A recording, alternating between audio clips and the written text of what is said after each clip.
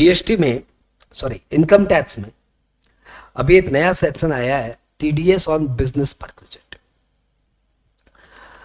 सोचते हैं चलो इसको थोड़ा सा अच्छे से डिस्कस कर ले, नया आया है तो काम क्या है। परक्विजिट पे टीडीएस लगता है, लेकिन वो सैलरी की परक्विजिट होती है जिसमें सेक्शन 192 पे टीडीएस लगता है। सेक्शन 192 सैलरी और सैलरी की परक्विजिट मिला के यदि अमाउंट 2.5 लाख 3 लाख 5 लाख से ऊपर है तो स्लैब रेट से टीडीएस लगता है। यहां पे उस परक्विजिट की बात नहीं हो रही है, 194R में बातें हो रही है business related perquisite. Business related perquisite मतलब जब कोई एजेंट अपने प्रिंसिपल का टारगेट सेल से ज्यादा सेल कर देता है और प्रिंसिपल उसको इंड्यूस करने के लिए, मोटिवेट करने के लिए उसको कोई गिफ्ट भिजवा देता है। वो गिफ्ट एक कार हो सकती है, टेलीविजन हो सकता है, रेफ्रिजरेटर हो सकता है और सिंगापुर के बिजनेस ट्रिप भी हो सकती है। तो ये सिंगापुर का ट्रिप का टिकट भी हो सकता है। ये सारा माना जाएगा बिजनेस परक्विजिट और इसकी जो भी नोशनल मार्केट वैल्यू है, यदि वो वैल्यू 20,000 से ऊपर है तो टीडीएस कटेगा एट द रेट 10%। पेई must be resident in India and pair must be any person other than छोटे मोटे इंडिविजुअल एचयूएफ, यानी वो इंडिविजुअल एचयूएफ जिसका लास्ट ईयर का टर्नओवर 1 करोड़ से ज्यादा नहीं था और लास्ट ईयर की बिजनेस रिसीट 50 लाख से ज्यादा नहीं थी। प्रश्न आता है कि ये सेक्शंस डाला ही क्यों गया। जब भी कोई नया सेक्शंस आता है ना तो हम लोग ये समझने की कोशिश करते क्या चिल्लड़ अमाउंट पे किस बात की बातें कर रहा है। 20,000 की परक्विजिट मिली है तो क्यों मददमारी कर रहा है यार, छोड़ना। हाँ क्या करेगा, किसी को 20,000 की परक्विजिट मिल गई, क्या कितना डिफिकल्ट है इसको ऑपरेट करना। लॉ तो समझ में आ रहा है। आज की डेट में हर बिजनेस इतना कॉम्पिटिटिव है कि वो अपने एजेंट को इंड्यूस करता ही रहता है। यदि आपके पास किसी की फ्रेंचाइज है तो जरूर आपने सिंगापुर या दुबई की ट्रिप मार ली होगी। क्यों? क्योंकि फ्रेंचाइज को उसका प्रिंसिपल इंड्यूस करेगा ही करेगा। कितने की सेल किया भाई? सर इस साल मैंने आपकी 1 करोड़ की सेल मार दी, तो ये ले 2 टिकट फैमिली के साथ दुबई घूम के। तो ये टिकट मिल गया, उसकी कीमत सपोज 35,000 या 2 लाख रुपया है, उस 2 लाख पे 2% टीडीएस काट के गवर्नमेंट को जमा करो। क्यों डाला ये सेक्शन? ये सेक्शन बेसिकली इसलिए डाला क्योंकि इस तरह की बिजनेस परक्विजिट मिलना आजकल की डेट में बहुत आम हो गया है और इस तरह की business perquisite books of accounts में आती नहीं है। जब बुक्स ऑफ अकाउंट्स में आती नहीं है तो देख रहे जिसको देखो वही सिंगापुर, वही दुबई, वही रेफ्रिजरेटर टीवी आ रहा है, लेकिन बुक्स ऑफ अकाउंट्स में एंट्री आ रही है उसकी। कोई डालेगा कि मेरे को मेरे कंसाइनर ने 1.5 लाख की घुमा के टीवी दी है, 1.5 लाख की टीवी दी है, एंट्री मारेगा TV account debited to business perquisite? कोई नहीं मारेगा। यानी ये वो सेक्टर था, ये वो सेगमेंट था जिसमें टैक्स लगने का प्रावधान है।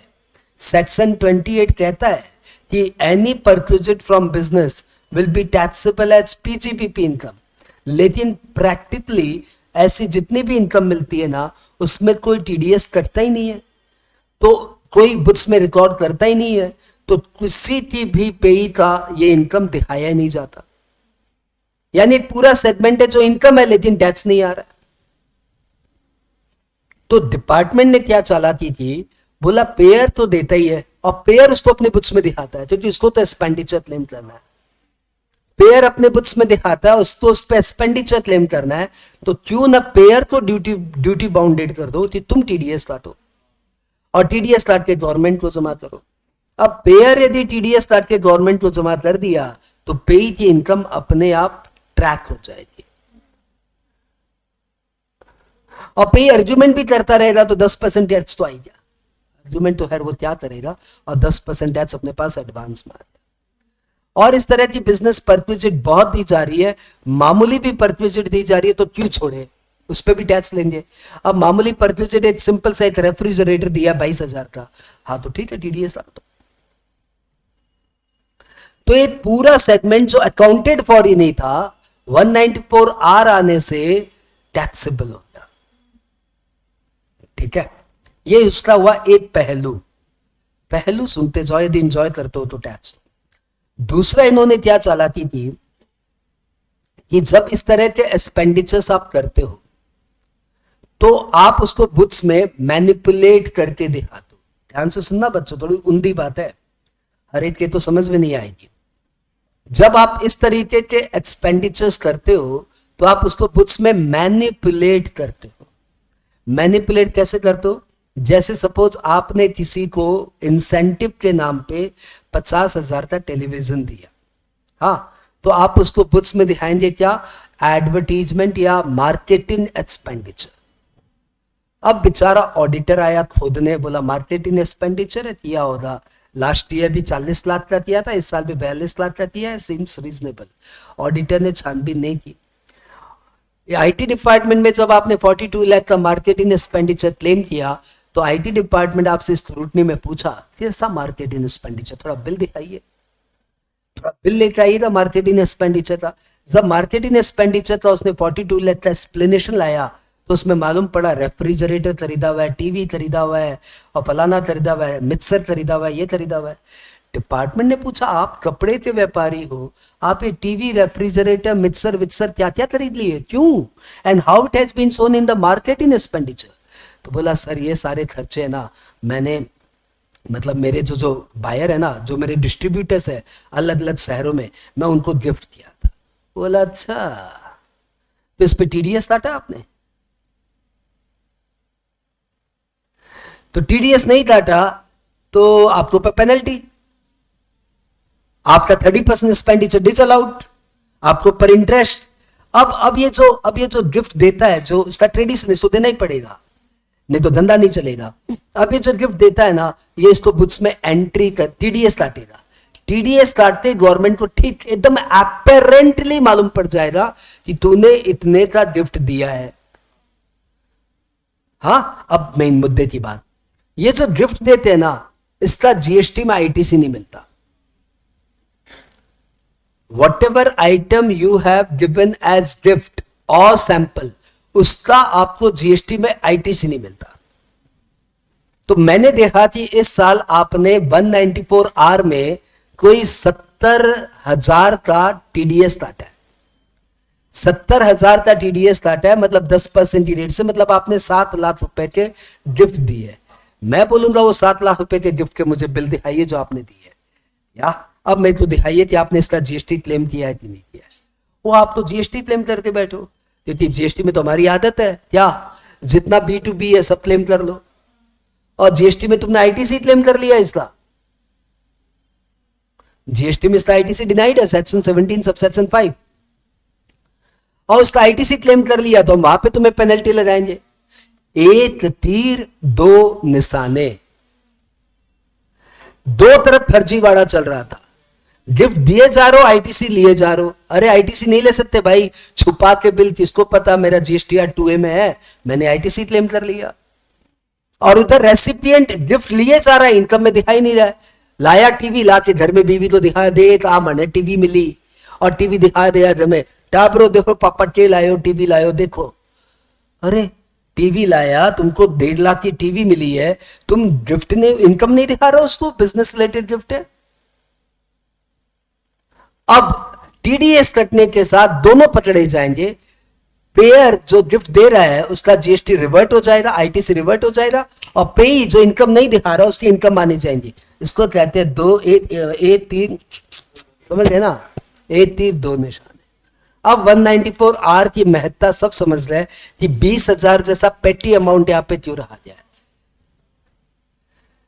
दो तरह के टीचर्स होते हैं, एक किताब पढ़ के टीचर को पढ़ के सुनाते हैं, और एक जो किताब पढ़ के सुनाते हैं, लॉ पढ़ के सुनाते हैं, और एक जो पढ़ के सुना देते हैं। यदि आप ऑथेंटिक हो ना, तो ये नॉलेज किसी किताब में नहीं मिलेगा जो मैंने आपको अभी दिया, किसी किताब में नहीं मिलेगा। आप चाहे कितनी किताबें पढ़ लो, मेरी किताब में भी मैं ये नॉलेज कैसे दे सकता हूँ, ये तो इनफॉर्मल नॉलेज है, लेकिन ये इसका कोर है। और 194R से पेयर को ज्यादा रिस्क है, ध्यान रखना। गिफ्ट दे रहे हो, अच्छा ऊपर से इन्होंने इसमें क्या कवर कर लिया मालूम, इसमें इन्होंने कवर कर लिया मेडिकल प्रैक्टिशनर्स का सैंपल। मेडिकल प्रैक्टिशनर्स यानी डॉक्टर्स को जो सैंपल मिलते हैं, वो यदि आपने सैंपल 20,000 से ऊपर दिया है तो आपको टीडीएस काटना पड़ेगा। आपका एक्सपीरियंस होगा, जिस किसी भी एलोपैथी डॉक्टर के हम जाए, बाहर 1 घंटे की लाइन लगाए, हमारे आगे 20 पेशेंट ऑलरेडी है, तो 20 पेशेंट में 3-4 बार तो मार्केटिंग एजेंट चले जाते हैं और भर भर के दवाइयां रख के चले जाते हैं। ये तो यूजुअल है। ये मेडिकल कंपनीज जो भी नया प्रोडक्ट बनाएगी, हर डॉक्टर को भर भर के दवाइयां देगी। ऑब्वियसली साल में अमाउंट 20,000 से ऊपर आता है। डॉक्टर हो सकता है उस सैंपल को अपने गरीब पेशेंट को फ्री में दे देता है, या अपने नोन पेशेंट को फ्री में दे देता है। डॉक्टर हो सकता है वो सैंपल, 99% डॉक्टर उस सैंपल को मार्केट में नहीं बेचते, लेकिन लॉ ने ये बोल दिया कि आप वो जो गिफ्ट दे रहे हो ना, जो सैंपल दे रहे हो, भले उसके हाथ में इनकम हो या ना हो, ये आपको चेक नहीं करना है। आपने उसको गिफ्ट या सैंपल दिया 20,000 से ऊपर का, आप टीडीएस काटो। सर जब उसकी इनकम ही नहीं है तो मैं टीडीएस कैसे काटूं? तुमको ये पंचायत नहीं करना है कि ये उसकी इनकम है कि नहीं है। तुमने गिफ्ट दिया, हाँ, तुमने सैंपल दिया, हाँ, तुमने परक्विजिट दिया, हाँ, तो तुम तो पहले टीडीएस काटो। कम से कम पहले तुम्हारा एक्सपेंडिचर तो डिसअलाउ करूं। उसको तो हो भय है, अब उसको पता है मैं यदि इस गिफ्ट पे टीडीएस नहीं काट रहा हूं तो मैं 2 वायलेशन कर रहा हूं। मैं जीएसटी में आईटीसी ले रहा हूं और मैं यहाँ पे टीडीएस नहीं काट रहा हूं। यदि मेरे को ऑडिटर ने धर दिया, ऑडिटर में तो क्या है, टैक्स ऑडिट रिपोर्ट में तो क्लॉज डाल देगा, एनी गिफ्ट गिवन और नॉट। अब सीए बेचारा नो नहीं लिख पाएगा। सीए के 3CD में क्या डाल देगा, टैक्स ऑडिट रिपोर्ट में क्या डाल देगा, एक कॉलम डाल देगा, मिस्टर चार्टर्ड अकाउंटेंट ये बताइए जिसकी आप ऑडिट कर रहे हो उसने इस साल कोई गिफ्ट या सैंपल बांटा था जिसको ऊपर 194R लगना चाहिए। तो सीए बेचारा बोलेगा यार वो तो आपको चेक ही को नहीं किया, this we have not verified, let's do verification, because note क्यों लिखेगा, सीए को जेल थोड़ी जाना है, मोदी तो सीए के पीछे पड़ा हुआ है।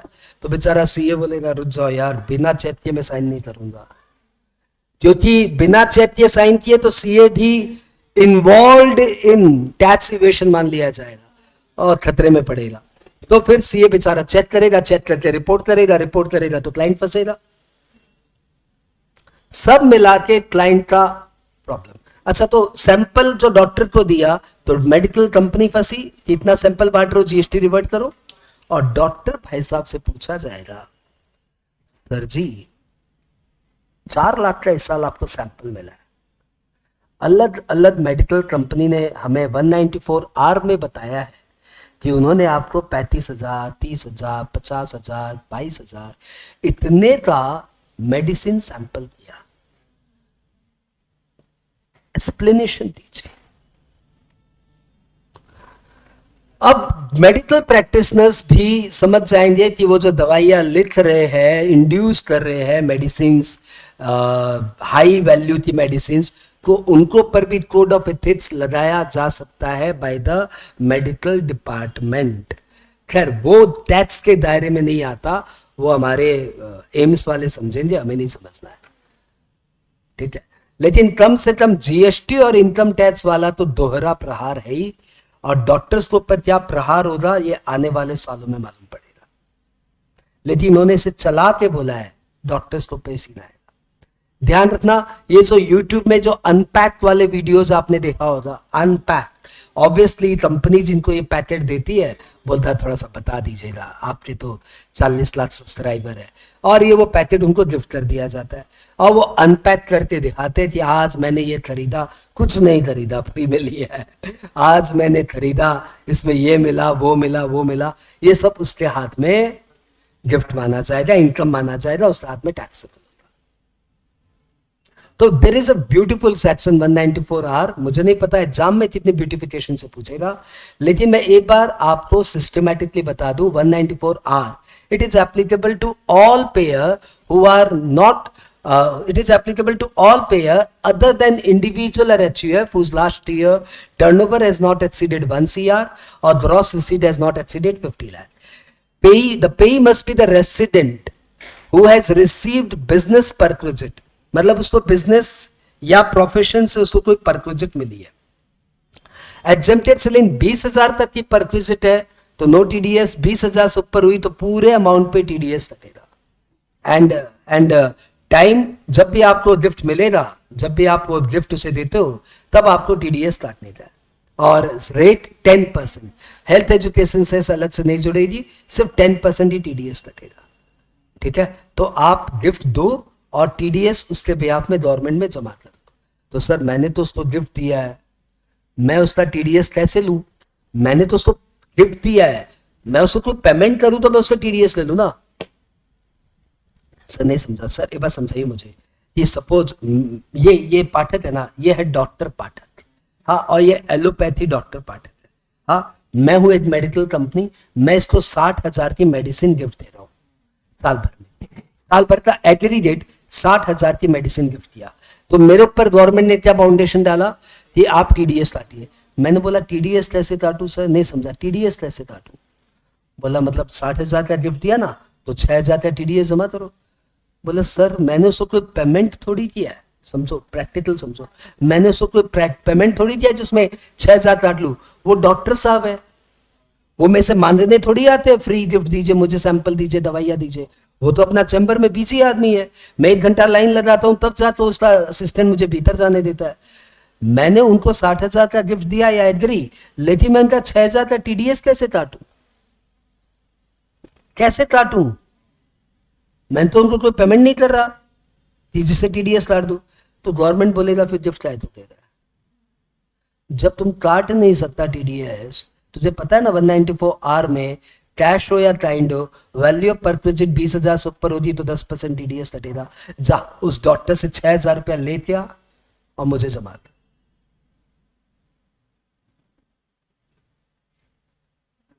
सन्नाटा, how will it apply? It is impractical to collect from doctors 6,000 and pay to the government. सोचो वो टाइप पहना हुआ आएगा एजेंट, सर मैंने इस साल आपको 60,000 की मेडिसिन दी है, काम की बात करो फटाफट बोलो। डॉक्टर क्या बोले? काम की बात बोलो फटाफट बोलो। हाँ तो सर 6,000 रुपया टीडीएस कटेगा, मुझे दीजिए। डॉक्टर घंटी बजा बाहर करो इसको।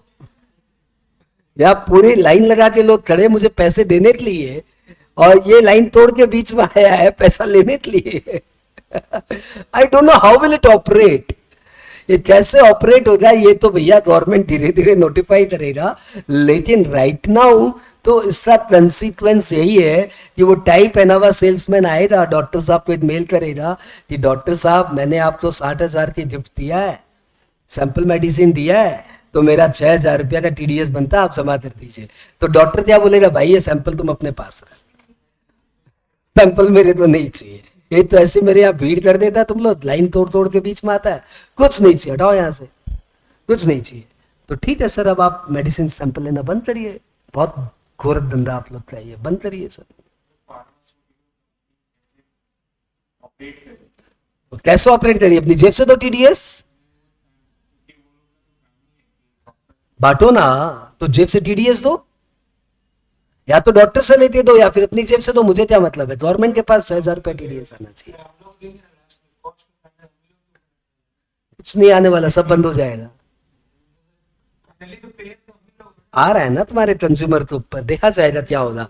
लेकिन 194R एक धमाका सेक्शन है जिसमें जो मेडिकल कंपनीज है, फार्मास्यूटिकल कंपनीज है, जो सैंपल बांटेगी उस पर टीडीएस कैसे काटेगी, उसका एक बहुत बड़ा क्वेश्चन मार्क चल रहा है।